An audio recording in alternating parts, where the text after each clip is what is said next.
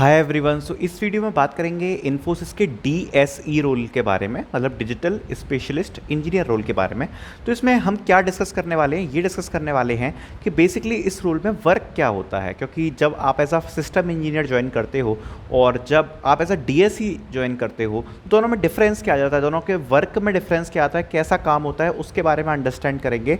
और इस रोल पर आपको बेसिकली किस टाइप के ऑब्जेक्ट्स डेवलप करने को दिए जाते हैं वर्क में। ओके, तो वन बाय वन करके सब चीज़ें स्टार्ट करते हैं। तो जब आप डीएसई को ज्वाइन करते हो ना, तो होता क्या है कि आपको कुछ आपकी पर्टिकुलर कुछ स्ट्रीम्स होती हैं। जैसे कि एक बिग डेटा की स्ट्रीम है, एक जावा की है, डॉट नेट की है।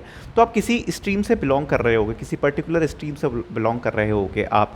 तो आपको जो प्रोजेक्ट मिलेगा वो इसी के स्ट्रीम के इंटरनल वाला ही प्रोजेक्ट दिया जाता है, जो उस टेक्नोलॉजी के बेस पर होता है। ठीक है, अब उसमें होता क्या है, सबसे पहले तो जब आपकी ट्रेनिंग्स वगैरह कंप्लीट हो जाती हैं, तो आपको जो जो प्रोजेक्ट्स अभी इन्फोसिस में हैं उनके क्लाइंट्स की तरफ से आपको मतलब कॉल आने लगते हैं। किसके लिए कॉल आने लगते हैं? आपके इंटरव्यू कॉल आने लगते हैं। मतलब वो आपका शॉर्ट इंटरव्यू लेंगे, जिसमें वो ये जज करते हैं कि आपने जो ट्रेनिंग करी है उसमें आपको किस हिसाब से नॉलेज है और आपको वो उस प्रोजेक्ट में क्या रोल असाइन कर सकते हैं या किस पोजीशन पे कितना काम दे सकते हैं। बेसिकली आपकी स्किल टाइप की जज करने की कोशिश करते हैं उन इंटरव्यूज़ के थ्रू। ठीक है, और अगर आप इस इंटरव्यू में फेल हो जाते हो तो कोई भी दिक्कत नहीं आती है, आपको दूसरे प्रोजेक्ट की अपॉर्चुनिटी आएगी। ठीक है, तो आपको ऐसे कॉल स्टार्ट होते हैं आना, और थोड़ा बहुत आपसे पूछेंगे। सपोज़ अगर मैं एग्जांपल लेके चलूँ कि मान लिया कि आप जावा में हो, तो आपसे थोड़ी बहुत चीज़ें पूछेंगे। जैसे स्प्रिंग के ऊपर काम हो रहा है तो स्प्रिंग क्या है, कैसे वर्क करता है, छोटी मोटी चीज़ें पूछ ली, क्या काम किया था आपने ट्रेनिंग पे, कोई प्रोजेक्ट बनाया है छोटा मोटा, इस टाइप से आपसे थोड़ी बहुत चीज़ें पूछ लेते हैं। ठीक है, और इसके बाद आपको हो जाता है प्रोजेक्ट असाइन। अब प्रोजेक्ट असाइनमेंट के बाद आता है इसमें जॉब का वर्क, और उसको मैं एक्सप्लेन करूँगा। अब होता क्या है, देखो डीएसई का रोल डिफरेंट कैसे है वो मैं आपको एग्जैक्टली बताने की कोशिश करता हूँ। जब आप एज अ सिस्टम इंजीनियर जाते हो तो होता क्या है, ज़्यादातर आप मेंटेनेंस सपोर्ट पे काम कर रहे होगे, और यहाँ डीएसई में क्या होता है, आप एक डेवलपमेंट ऑब्जेक्ट के ऊपर जनरली काम कर रहे होते हो। अब होता क्या है, देखो मैं आपको समझाता हूँ कि आप जैसे ही प्रोजेक्ट में गए तो उस प्रोजेक्ट के इंटरनल में टीम्स होती हैं। जैसे एक डेटा टीम हो गई, एक डेवलपमेंट टीम हो गई, एक टेस्टिंग टीम हो गई, एक डिप्लॉयमेंट टीम हो गई। ठीक है, रिक्वायरमेंट गैदरिंग वाली हो गई, फंक्शनल, ऐसे सब प्रोजेक्ट्स में डिफरेंट डिफरेंट टीम्स होती हैं।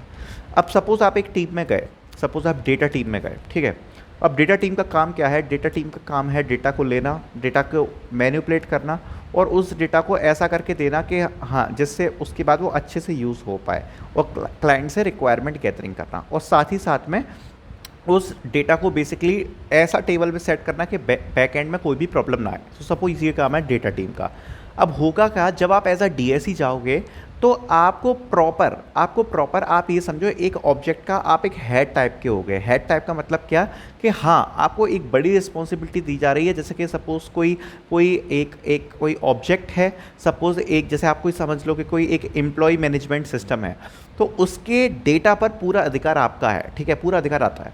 अगर उसमें कोई इशू आता है या उसमें कोई अगर नई चीज़ डेवलप करनी है या कुछ भी करना है, तो उसकी रिस्पॉन्सिबिलिटी प्योरली आपको दी जाएगी।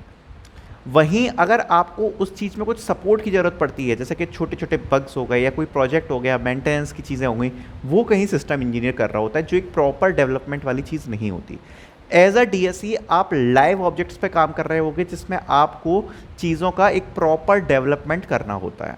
ठीक है, अब उसमें होता क्या है कि देखो मैं आपको एक और चीज़ समझाता हूँ। जैसे कि कोई भी प्रोजेक्ट होता है तो उसमें एक टीम लीड होता है। अब टीम लीड का काम क्या होता है, जैसे कि आप डेवलपमेंट टीम में हो जो पूरा डेवलपमेंट का काम संभाल रही, उसका टीम लीड है, तो वो प्रॉपर रख रखाव रखता है कि मतलब टीम में क्या वर्क चल रहा है, क्या स्टेटस है, स्टेटस कॉल लेता है। वो स्क्रम मीटिंग्स वगैरह जो होती हैं जिसमें आपको डेली अपना स्टेटस बताना होता है, तो वो वाली मीटिंग्स लेता है टीम लीड। ठीक है, और उस टीम लीड के अंडर में आप डायरेक्टली कहीं ना कहीं काम कर रहे होते हैं एज अ डीएसई। मतलब आप ये समझो कि टीम लीड है जो सब चीज़ें मैनेज कर रहा है, सब चीज़ें देख रहा है, और एज अ डीएसई जो बड़े बड़े ऑब्जेक्ट्स हैं, जो लाइव कोडिंग ऑब्जेक्ट्स हैं, आप सीधे उन पर वर्क कर रहे हो। सपोज़ कि एक कोई वेबसाइट है, उस वेबसाइट का आपको एक डिज़ाइन बनाना है, फ्रंट एंड का सिस्टम बनाना है। ठीक है, तो आप सीधे उस फ्रंट एंड पे काम कर रहे होगे। वहीं अगर उसमें कुछ छोटे मोटे इश्यूज आते हैं, बग्स आते हैं, या टिकट रेज करने की ज़रूरत होती है, तो वो एक सिस्टम इंजीनियर संभाल रहा होता है। क्योंकि प्रोजेक्ट में काफ़ी सारी चीज़ें होती हैं, या कोई डिफेक्ट आया, टेस्टिंग में कोई डिफेक्ट वगैरह आ गया,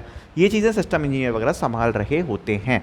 तो ये मेन काम होता है डीएसई का, जिसमें आप पूरी हैंड्स ऑन कोडिंग कर रहे होते हो। ठीक है, दूसरी बात अगर मैं बात करूं कि अगर इसका कंपेयर करूं मैं अदर कोडिंग जॉब से तो कैसा है, तो देखो अगर मैं किसी बहुत बड़ी बड़ी आईटी कंपनीज से इसका कंपैरिजन करूं, सपोज अगर मैं इसका टीसीएस डिजिटल से कंपैरिजन करूं, एक एग्जांपल के लिए बता रहा हूं, तो ये टीसीएस डिजिटल से काफ़ी ज़्यादा अच्छी है। क्यों अच्छी है?